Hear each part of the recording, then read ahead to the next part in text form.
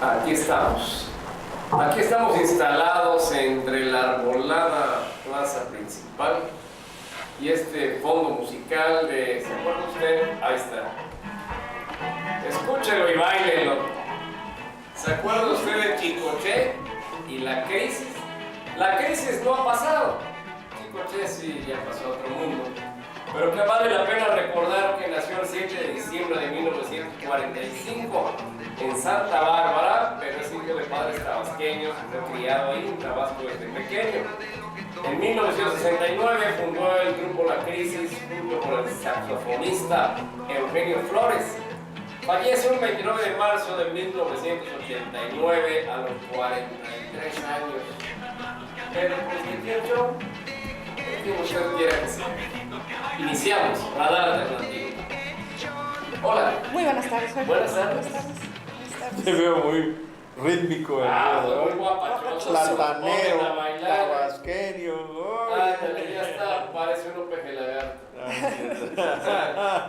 ¿Qué te recordó eso? Vamos a hacer unas cosillas de buenos tiempos. Ha de haber algo por allá.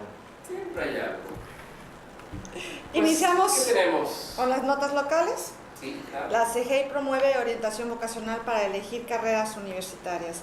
El estudio no es el fin, es el medio para seguir abriéndose caminos para construir un futuro, expresó el titular de la Secretaría de Educación del Gobierno del Estado, Víctor Caballero Durán, durante la plática sobre orientación vocacional que impartió en el marco de la Expo Vocación 2016 en el Centro Convenciones Yucatán Siglo XXI.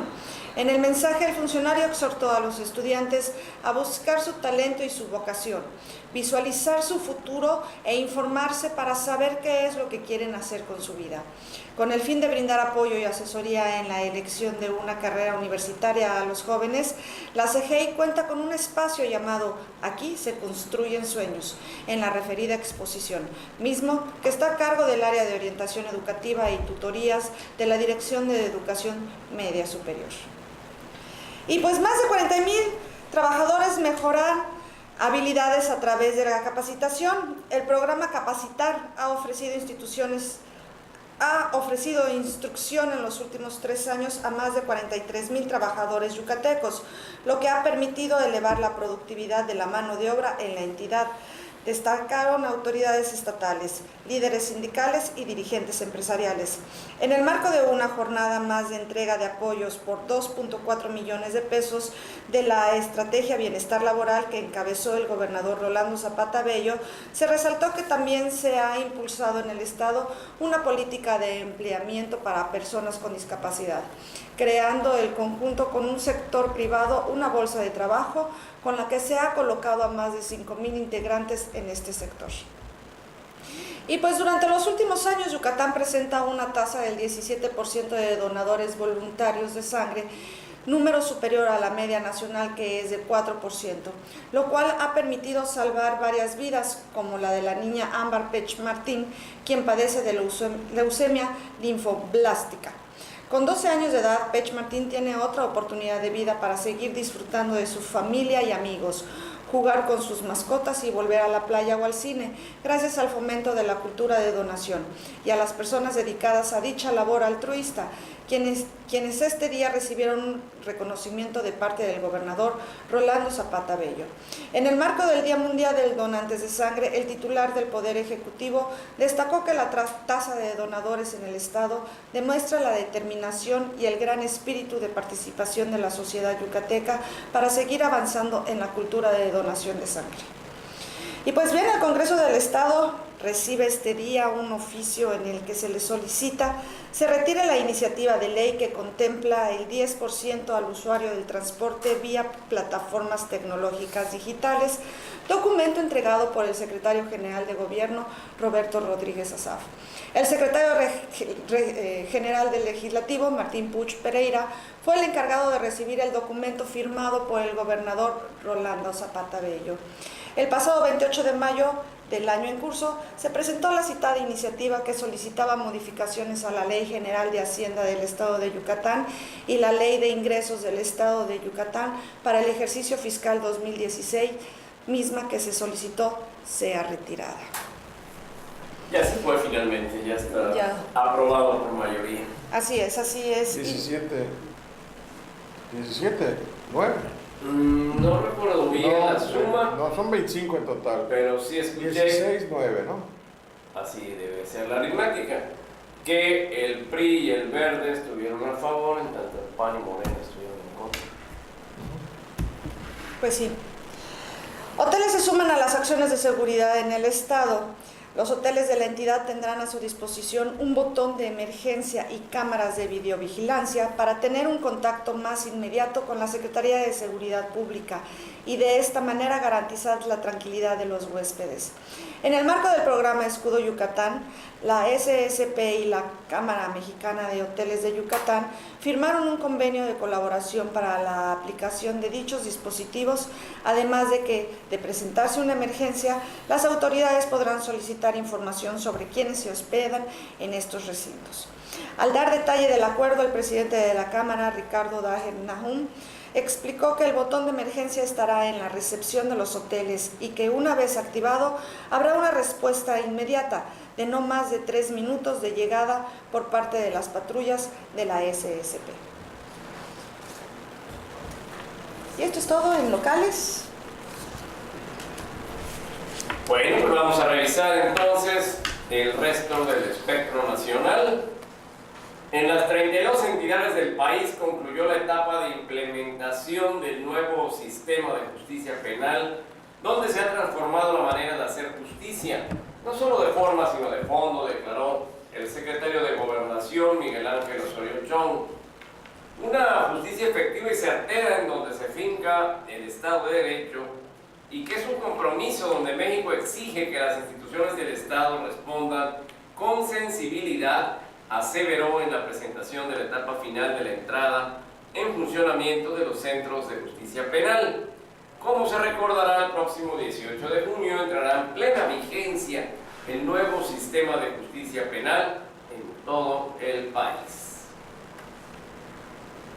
Los alumnos de 1.400 escuelas de Chiapas que permanecen cerradas por el paro de la CENTE, este es un servicio público que por derecho otorgado y plasmado en la Constitución todos los niños mexicanos tienen o deben tener. Pues bueno, pues la CENTE dice, eso a mí me vale, yo cierro las escuelas, 1.400, y esto pone en riesgo el ciclo escolar, según la advertencia expresa de la Secretaría de Educación. Se detalla que el cierre de planteles está cerca de cumplir 29 días, con lo cual no se puede entregar documentación correspondiente al fin de curso. La dependencia indica que por estos hechos ya se inició un proceso administrativo en contra de 971 docentes para separarlos de su cargo.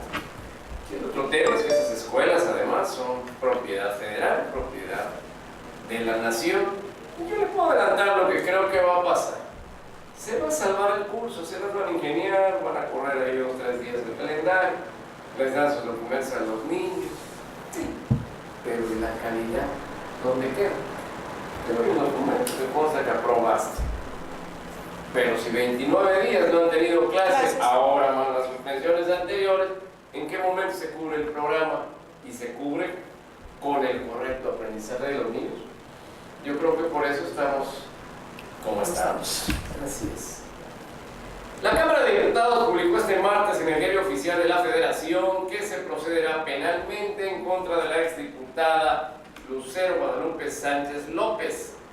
La Procuraduría General de la República acusa a la ex legisladora sinaloense de haber usado un documento falso cuando visitó en el penal del Altiplano al narcotraficante Joaquín El Chapo Guzmán.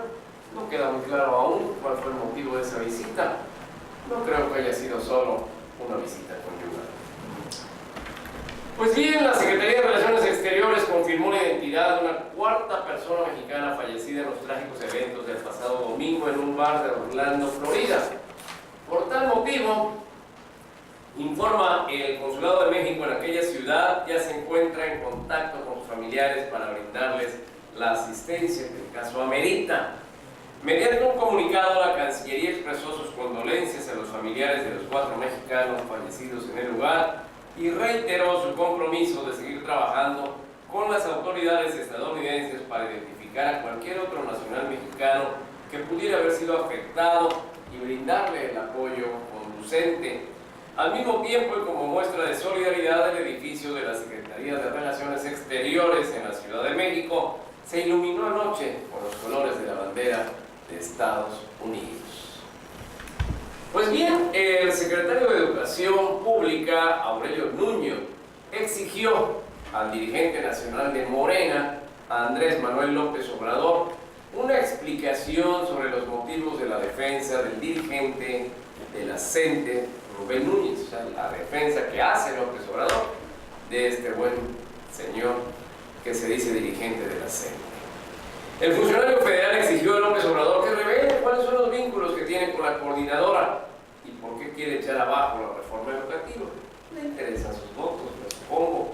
A los agremiados del movimiento magisterial, Nuño Mayer les pidió que regresen a sus aulas, ya que los paros, asegura, solo privilegian a los dirigentes. Y hasta aquí el plano nacional de este día, de esta fecha. Vamos entonces al consabido editorial que cada día nos tiene preparados con David Heredia, que está todavía recibiendo los últimos informes. ¿Cómo estás? Buenas tardes. Sí, efectivamente, aquí recibiendo los últimos informes del vecino estado de Quintana Roo. ¿Qué ha pasado por ahí? Muchas cosas, entre ellas lo siguiente. Esto es de última hora. El radar alternativo de hoy, martes 14 de junio del 2016, lo hemos titulado Entre Amigos Peninsulares. Y dice así: si alguien pregunta cuál va a ser el legado del PRI después de más de 40 años en el poder en Quintana Roo, la respuesta es una y solo una: deuda.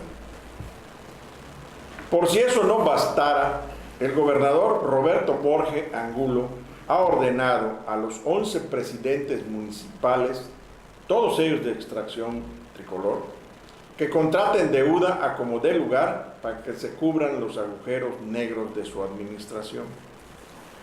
Con el tiempo encima, Roberto Borge, alias El Bote, anda desesperado tratando de tapar los hoyos que dejó a lo largo y ancho del estado durante su mandato, con el propósito de evitar que lo alcance la justicia una vez que entregue el poder a su sucesor, Carlos Joaquín González. Se busca contratar deuda para cubrir los desvíos de los recursos federales que fueron desviados para otros fines ajenos a los que había sido asignados, es decir, etiquetados. Porque, pues has de saber, Fer, Loreta, que los recursos federales son los que no se borra la huella. Así es. Tú puedes disponer de lo que tengas en el estado, pero los recursos federales todos tienen una etiqueta. Es cierto. En su desesperación, el gobernador ha dado instrucciones precisas para que se destruya todo documento que comprometa a su administración, y esto es lo que acabamos de recibir ahorita. En algunos municipios se han destruido la papelería y los archivos electrónicos que comprometen al gobierno de Borge. Quintana Roo no solo ocupa el primer lugar en impunidad, también es en opacidad. El endeudamiento sin límite que ha comprometido el futuro inmediato de este estado también es responsabilidad del Congreso local por su complicidad con el gobierno de Borge. De acuerdo al Instituto Mexicano para la Competitividad, el INCO por sus siglas, el gobierno de Roberto Borge solo tiene disponible públicamente el 50% de la información sobre sus recursos, lo que lo vuelve el estado peor evaluado del país. Es decir, la mitad del dinero que manejó durante toda su administración está en la opacidad. Rúpatelas. Se estima que por lo menos 10,000 millones de pesos fueron desviados por el gobierno de Roberto Borges para fines ajenos. Sus grandes correrías por el mundo, el viejo mundo, con más de 400 acompañantes en cada gira. Esto es una cosa increíble. Renta de aviones con capacidad de más de 200 personas. A todo lujo.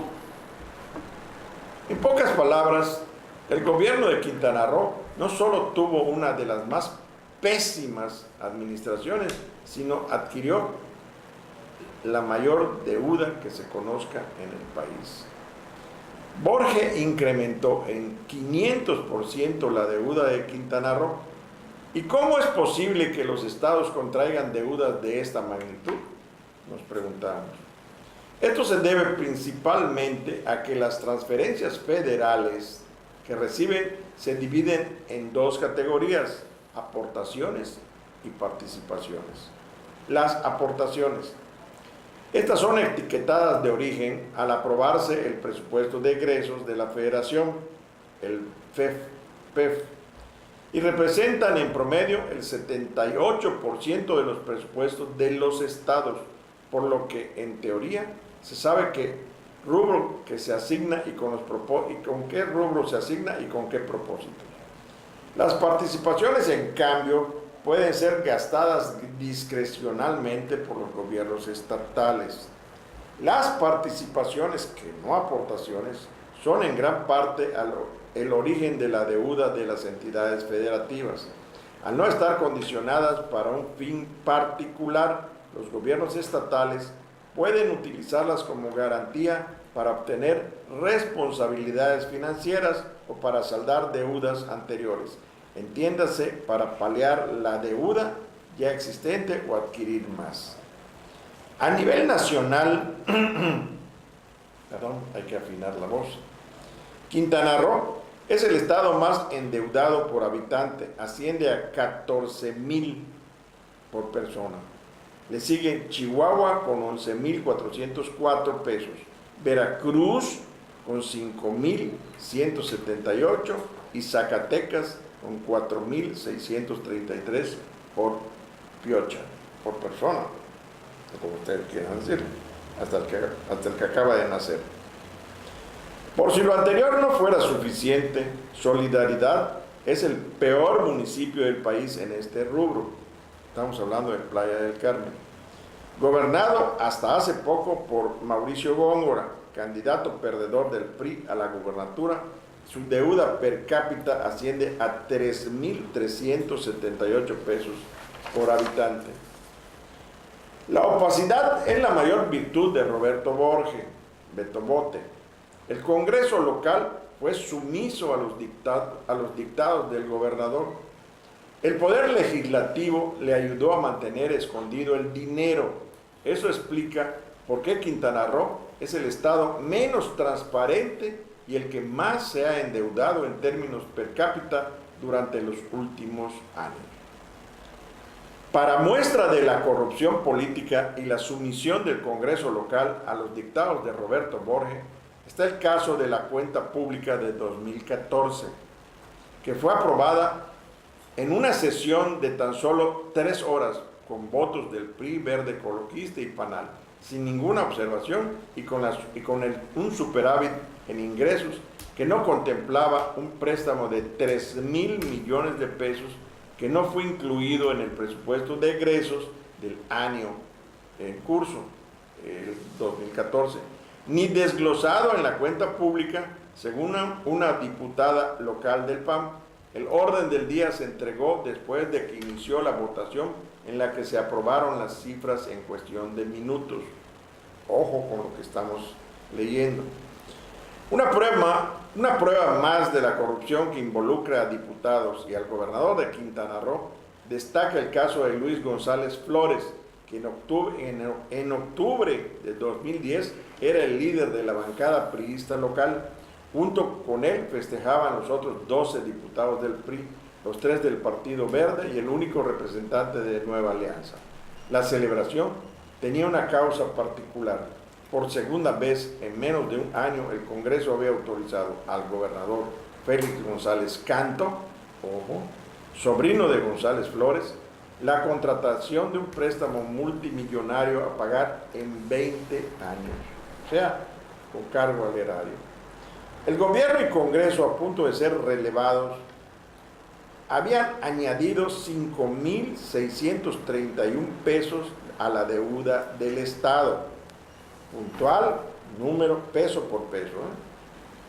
Si en 2009 cada uno de 1.325.000 quintanarroenses hubieran tenido que cooperar para pagar la deuda estatal, hubieran desembolsado 2.866 pesos por persona.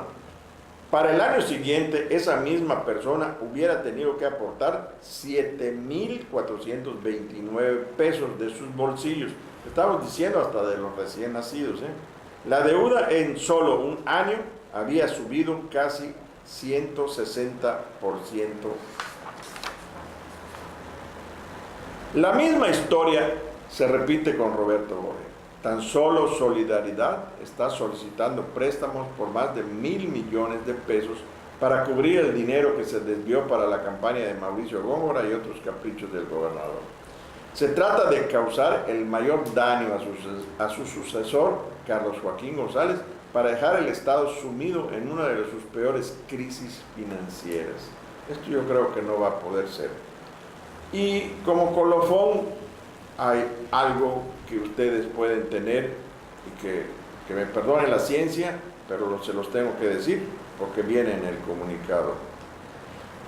¿Se ha preguntado usted cuál ha sido la relación íntima entre secretarios de turismo, tanto de esta entidad caribeña y el bochito de la hermana república, que colindan y se dan los mismos lujos a través de sus travesías internacionales, compitiendo entre ambos con hermosos mancebos extremadamente cariñosos en euros?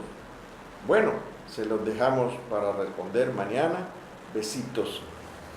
Se lo dejo sobre la mesa. ¿Tú le prestarías en este momento al gobierno de Quintana Roo? ¿Qué? Pero ni mi bicicleta, Porque bueno, yo escucho de que solicitan créditos, empréstitos o como deben llamarse. Habrá quien, sabiendo de la situación económica y política del gobierno de Quintana Roo, Ahí está lo difícil. les vaya a dar prestado en este momento. Esa es. Si yo fuera gerente del banco lo pensaría varias veces. Pues sí. Pero bueno, si te traen una diciendo que va a ser a 20 años, los bancos ganan de todas maneras. O sea, de tu partida te va a comprometer porque es un documento legal que se otorga al banco. No es nada más préstamelo, ¿no? Pero ¿no? bien, ¿Y qué responde? A ver, ¿con qué me vas a responder ese préstamo que tú estás pidiendo? Bueno, pero con mis participaciones, por eso deslindamos que es un tipo de participación y el otro. Pero no le podrían embargar sus participaciones en algún momento. Viene otro gobernador. Sí, pero y dice, ¿cómo no, compruebas para qué vas a utilizar ese dinero? En este caso, están pidiendo el préstamo para tapar huecos. Y supongo que tendría que pasar por el Congreso. Claro, le es afín y lo puede sacar. Así es. Claro. Pues no sé muy bien. O me lo meto en mi bolsa. ¿Qué? Total. No vas a tener En bolsa. la cárcel no te va a servir de mucho. Todo ese dinero, son 36.000 millones de pesos que están quedando al aire. Luego entonces el boquete es grande. Claro. No es grande, es del tamaño del mar Caribe. Es enorme. Es un Sí, tema complicadísimo este de Quintana Roo, a ver cómo para, porque además su sucesor, como en el caso de Veracruz, ya dijeron abiertamente, si hay anomalías, las van a pagar. Pero no está, en el caso de Yunes en Veracruz, ya no quiere investigar solamente a Duarte, quiere investigar también a Fidel Herrera. O sea, 12 años de administración. ¿Qué dejó Fidel Herrera pendiente y cómo está dejando Duarte su administración? En este caso aquí lo que están buscando es cómo involucrar también a Félix. Pues a mí me parece correcto que si ha habido algún desvío de recursos, la situación se corrige, se castiga a los culpables. Pero no visto como una venganza, porque finalmente quien hoy va a iniciar una administración algún día saldrá y el que venga pudiera actuar de la misma manera. Pero, A Fernando, no ser que tengan una gestión impoluta, blanca, sin ningún duda. te he de decir que aquí lo que no se trata de venganza, se trata de saber qué es lo que sucedió con esta gente, qué es lo que hicieron en realidad, por qué están dejando el Estado o sea, un Estado que además tiene una captación casi parecida a la que es el petróleo en México. Así es. Pues bien, yo creo que lo que han hecho es que le han dado un mal uso, porque el exceso de deuda solo habla de mal uso, de mala administración. Lo triste aquí es que, ¿y quién hace ¿Quién algo? administraba? Y ahí te va, porque vamos, en este último momento vamos a dilucidar un asunto.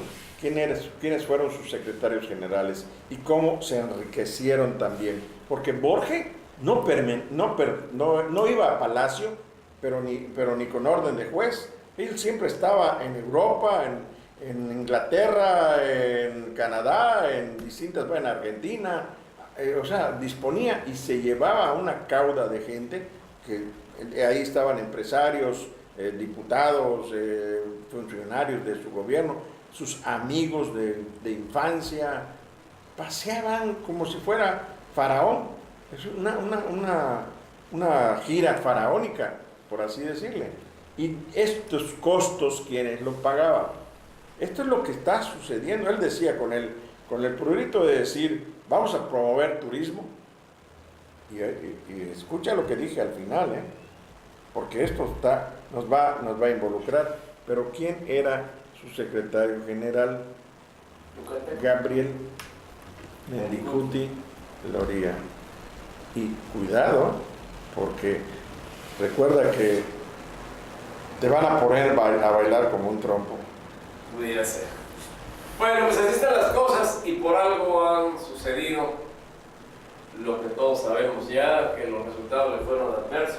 Quiere decir que la sociedad lo reprobó. Así es. Veremos qué pasa a partir del primer minuto de las próximas administraciones. Así es. Pues Bueno. nosotros nada más nos concretamos a decir lo que realmente está. Esto no lo inventé. No, está a la vista. Son cosas que ya están saliendo a la luz pública y que llegan a esta redacción pues, por aquello de Y ni que siquiera decir que los trapos sucios empiezan a salir. Colgados. alguien que es amigo incluso de esta casa editorial me dijo, tú fuiste uno de los que más despiadadamente trató al pobre de Borges. Pobre tú y yo. Y que me lo digan y que me lo den en efectivo, dímelo en efectivo. Así es. Bien, pues, amables amigos, esto es lo que hemos tenido que revisar esta tarde aquí en La Opinión, en Radar Alternativo. Esperamos haberles servido. Loretta, gracias como Muchas todos los gracias, días. buenas tardes, don David. David, hasta pronto. Mañana. Ojalá que no haya aquí una patrulla en la puerta, ¿no? Bueno, si Yo digo que tú eres el conductor. si veo que tiene placa